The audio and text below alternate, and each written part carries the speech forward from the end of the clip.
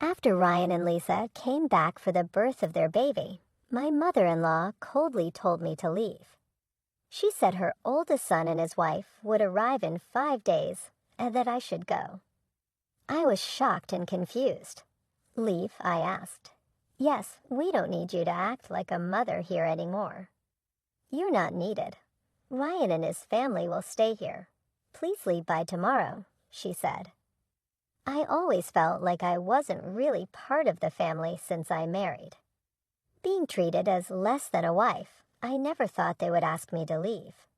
She called me a failure for not being able to have children and told me I should be thankful for what I had. She hinted that my husband was also fed up with me. I'm Patricia Crow.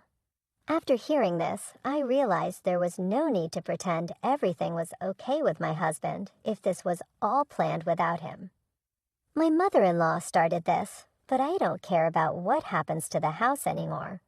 I hope they realize what they've ignored for so long. I'm 48, living with my husband and his mother near a train station, which makes it easy to get to the city center. My husband, Sen, who is 6 years older and has been promoted recently, wanted a big apartment despite the high rent. Seeing who I met through a friend and married after 3 years, despite my inability to have children, has always been kind. He has a son, Ryan, from his previous marriage. Sen asked me to live with his family and son, even though it was a big ask for someone who's never been married before.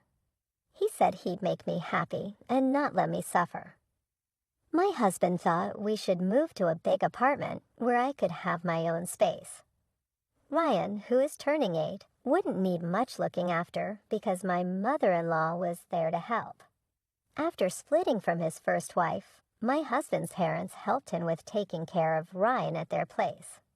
Sadly, Sen's dad died in an accident a few years later, and his mom started looking after Ryan full-time. Ryan was shy and didn't look at me much at first, but I thought it was just because he was getting older and maybe felt awkward. I was happy as long as they let me be part of their family. My mother-in-law seemed nice and polite when we first met. Right after I got engaged to Sen, she acted so friendly I thought we'd get along well living together. She said she'd keep making meals, and Sen often came home late, so it was fine if we didn't eat together. She told me to handle cleaning and laundry, hoping we'd work well together. After we married, I cut down my hours at the pharmacy so I could share in the household chores. I started work late, not getting home until around 9 p.m., but dinner was always ready.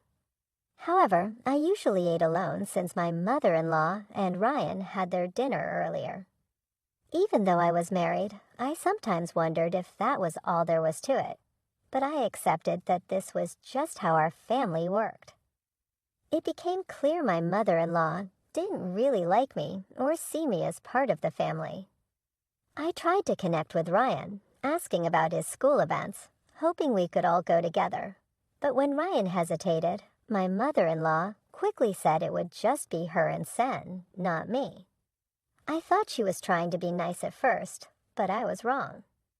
I can take the day off work so we can all go together, I suggested, but she said there was no need because she and Sen had always been the ones to go with Ryan.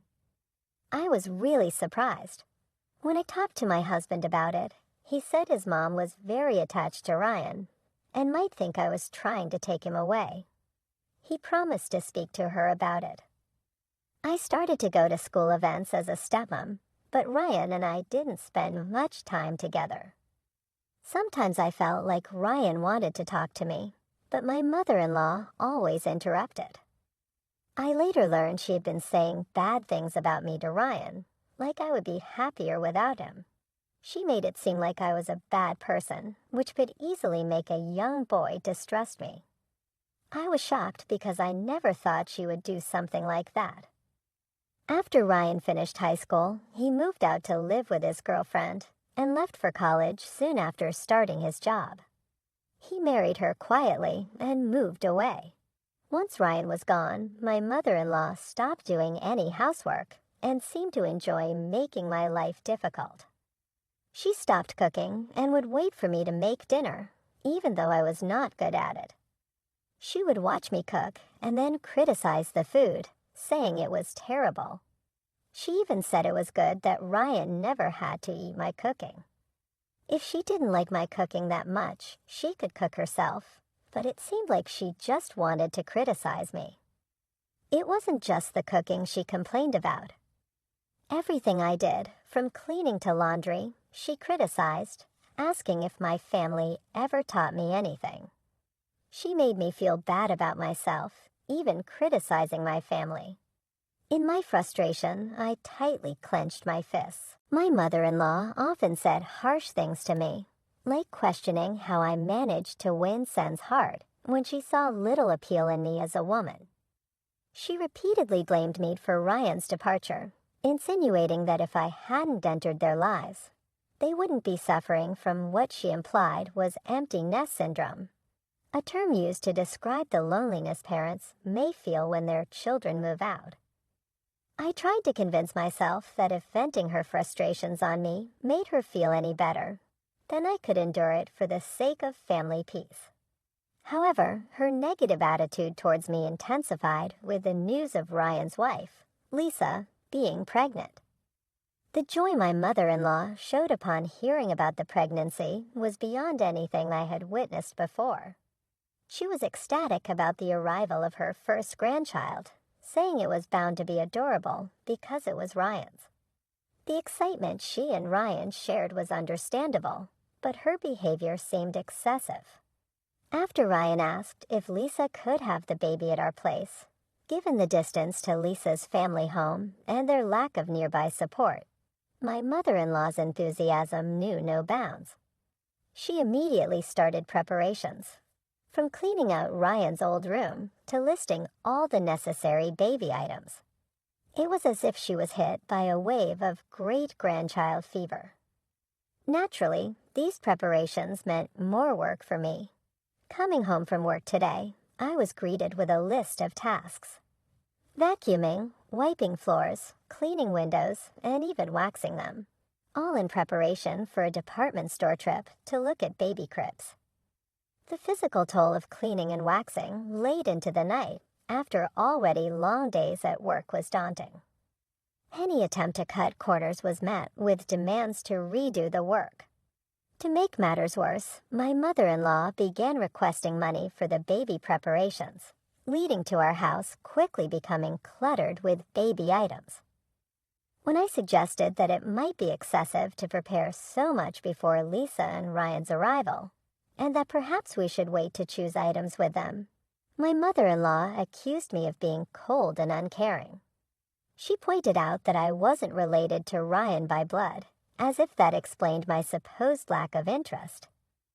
I tried to argue that it wasn't about not caring, but rather thinking that Lisa might want to be involved in selecting items for her baby. Yet my words fell on deaf ears. My mother-in-law's harsh judgment stung deeply. The accusation that I didn't care about Sen's grandchild was unfair.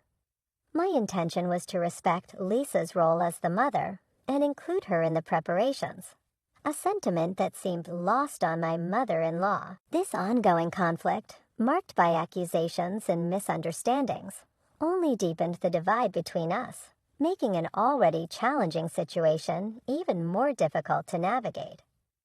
I tried to make a fair point, but my mother-in-law looked at me with a sharp glare. I realized I might have been too blunt, and she left the room upset without saying anything. I thought about what happened, but I was also surprised by the way she spoke about the situation. The next day, she stayed in her room, probably still mad. Sen was leaving for a business trip and just shouted his goodbye through her door, telling me not to dampen her excitement about the grandchild. Since Ryan moved out, she's been different. After Ryan moved out, he reminded me of our financial worries. But when I mentioned we should save money for when Ryan and Lisa arrive, Sen misunderstood, thinking I was criticizing his income. He left upset, and it reminded me how discussions about money always seem to end badly. Managing our finances, I've always planned for our future. Sen has given me a comfortable life, and he said my part-time job was just for my personal spending. I saved everything extra, considering it shared even though it's in my name. But Sen's salary has decreased over the past 6 years, and with his company struggling, he's not thinking of changing jobs to maintain appearances. Now I pay the rent while he covers our daily expenses, a fact we hide from my mother-in-law to protect Sen's pride. I came home early one day to apologize to my mother-in-law. She was waiting for me and didn't respond to my apology. Instead, she shocked me with news that Ryan and Lisa were coming back for their baby's birth, and I had to leave in 5 days.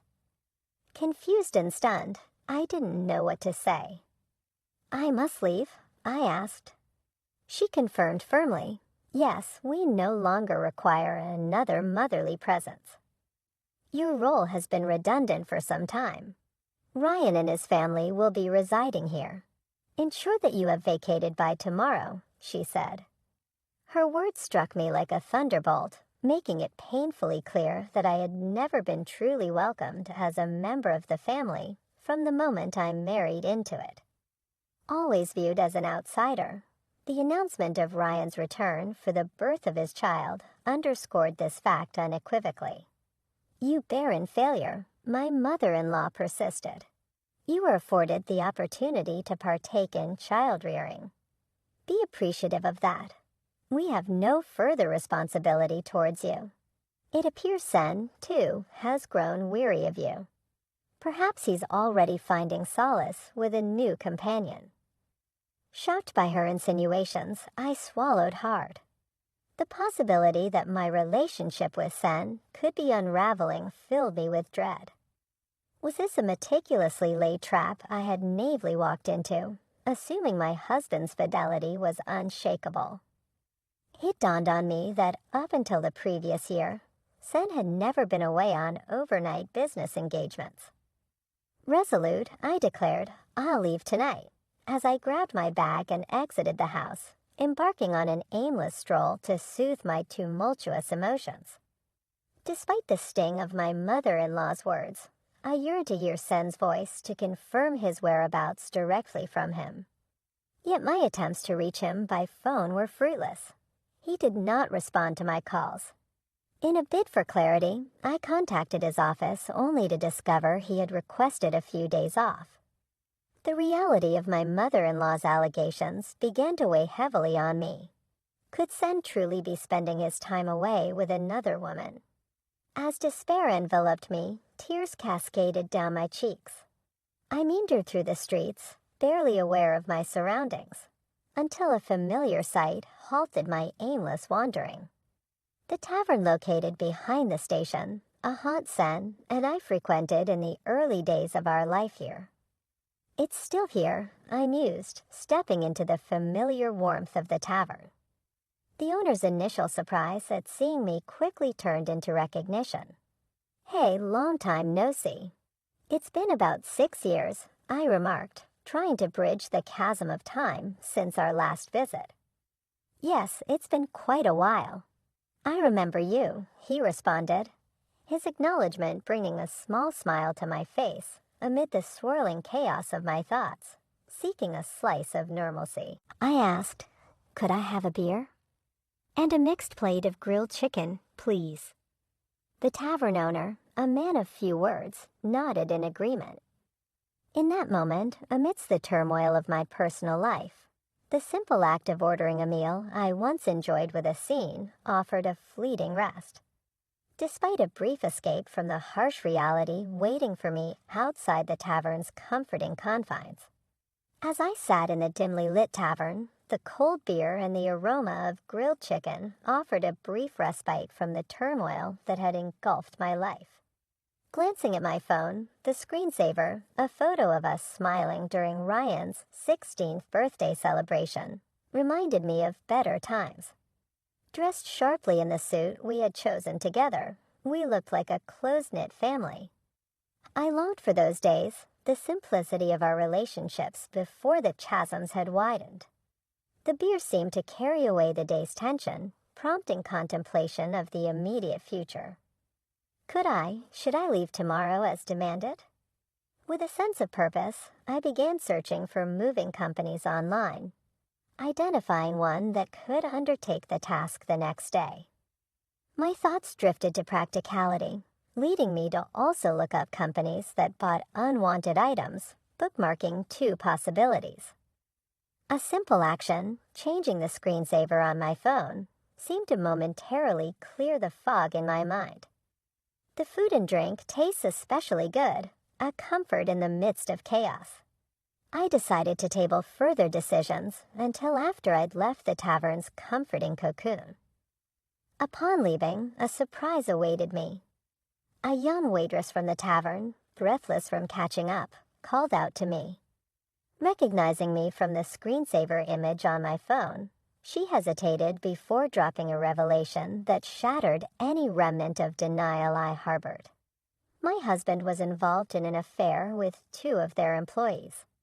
We exchanged contact details. She promised to keep me informed, offering a cold comfort. The seeds of doubt planted by my mother-in-law's insinuations had sprouted into a stark reality. Rather than succumb to sadness, a fierce determination took root within me. It was time to face this betrayal head-on. Deciding to act swiftly, I arranged for a moving company to facilitate my departure. If this betrayal involved my mother-in-law and Ryan as well, then my ties to my husband were irreparably severed.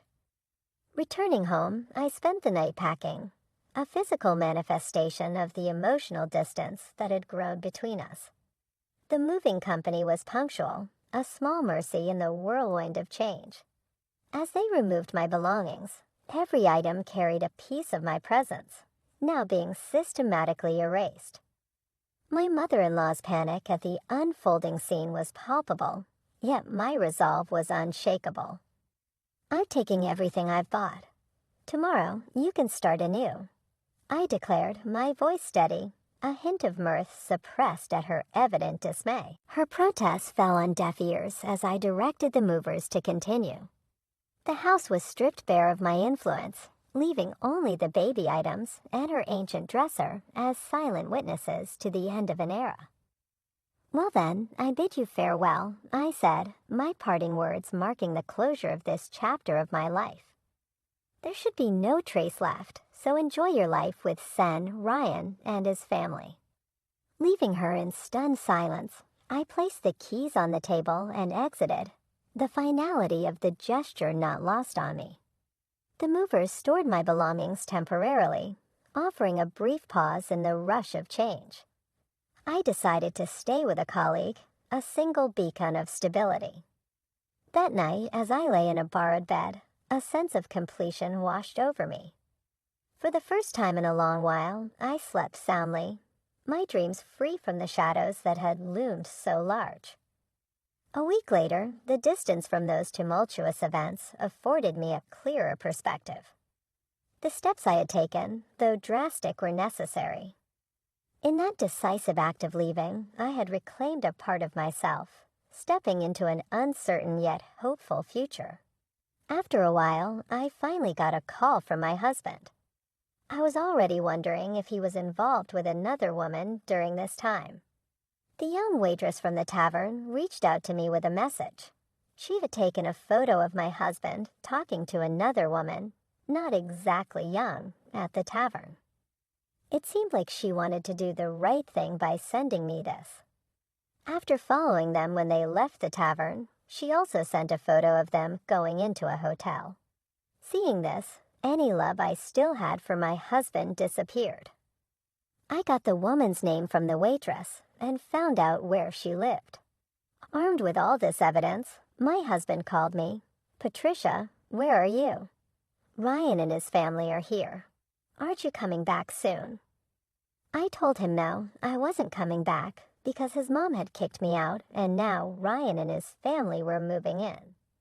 It seemed Ryan and his family were struggling financially, bouncing between jobs and now working part-time. My husband tried to convince me to return, saying he missed me. but I told him I was fine and didn't need to worry about me. I mentioned how his mom and Ryan didn't like me and probably preferred having the place to themselves. My comment made my husband silent. He knew his family didn't accept me, but he had ignored it. He said he had something important to say and would come back to talk a few days later. I visited the house for the first time in a while. There were new furniture and appliances. Ryan and Lisa barely acknowledged me, just nodding without getting up from the sofa as I sat down. My mother-in-law stared at me fiercely, making the air heavy with tension. Ryan then accused me of taking everything from the house, asking how I could do such a thing when his dad had been supporting me. I explained calmly that I took everything because I had paid for it. I just did what you wanted by removing all my stuff, I said. You must think it's crazy, believing I couldn't possibly afford all those things with just a part-time job at the pharmacy, my husband remarked, looking a bit puzzled. Then he seemed to accept the situation, saying that we had been managing both our incomes for a while. But then I had to explain further. Sen's job wasn't doing well, and his pay had decreased a lot for the last 6 years. I've been the one filling in the financial gaps, and now I'm even paying our rent. My mother-in-law was surprised to hear this and looked at my husband. I clarified, I'm not just working part-time as a pharmacist. I actually earn quite well now, even more than Sen at this. My husband avoids my gaze, and my mother-in-law didn't know where to look. I then told Ryan that he would need to start paying the rent if he was going to live here. After all the support you've received, it's time you took care of things, I said. Ryan was shocked when I mentioned the rent was $7,500. Good luck, I added, telling him I no longer had any responsibilities here since my role seemed to be over. Ryan couldn't believe it, and Lisa was upset, asking, were we not supposed to live here for free? The thought of them covering rent and other costs seemed to surprise them. I couldn't help but almost laugh, suggesting they could always find a cheaper place since Sen still had a decent income. This seemed to calm Lisa a bit until I hinted about leaving Sen, especially with his new situation involving another woman. That's when Lisa broke down crying, and my husband was confused, asking what she meant. Lisa explained that she had heard about the other woman from his mother. It seemed like it was time for me to end my role as a wife as well. My husband seemed to think there was no proof of his affair, unaware that I knew more than he thought, and it hadn't even been 7 days since the whole situation blew up. I decided to leave the house. Mentioning Sandra's name made my husband realize I knew everything, I said. He looked defeated, understanding this wasn't the right time for a divorce discussion. I'll be leaving now. If you want to talk, use a lawyer, I said. My husband, Sen and Ryan, didn't say anything as I got up to leave. My mother-in-law stood up too, angrily blaming me for everything wrong in the house. I responded frustrated, reminding her that she was the one who told me to leave and mentioned Sen's affair. You had been meddling too much, I said. I wish I had been firmer about my relationship with Ryan, not letting her get in the way. Ryan has nothing to do with this, Sen. You should be there for him, she said confusingly, trying to shift blame. If she hadn't brought Ryan back or hinted at Sen's affair, I would still be supporting Sen in this house. It was always her causing trouble. As I left the room, my mother-in-law was silent and shaking with anger. After that, Sen agreed to the divorce without much resistance. The evidence of his affair was undeniable. They soon started moving out, and Ryan and Lisa returned to their own place, leaving my mother-in-law alone. Sen thought about remarrying, but Sandra, his new partner, was upset about the alimony and didn't want to live with his mother. There were talks of placing my mother-in-law in a care facility, which felt sad considering everything she did for her family. It seemed like everyone was ready to move on without her after everything that happened. Ryan sent me an apology letter acknowledging the situation. In his letter, Ryan shared how he wished he had been pampered more as a kid. He said he couldn't talk to me because his grandma didn't like it, and he was really happy when I came to his school events. It made me think that maybe I should have tried harder to connect with him. Perhaps then our relationship could have been better. Even though we're not close anymore, I still hope Ryan finds happiness. I'm back working as a pharmacist and found a new apartment near my job. I didn't feel right keeping the furniture and stuff I took from the house, so I had a junk removal service called Take It All Away. Life is much nicer without my mother-in-law causing trouble. For now, I just want to focus on being happy for myself.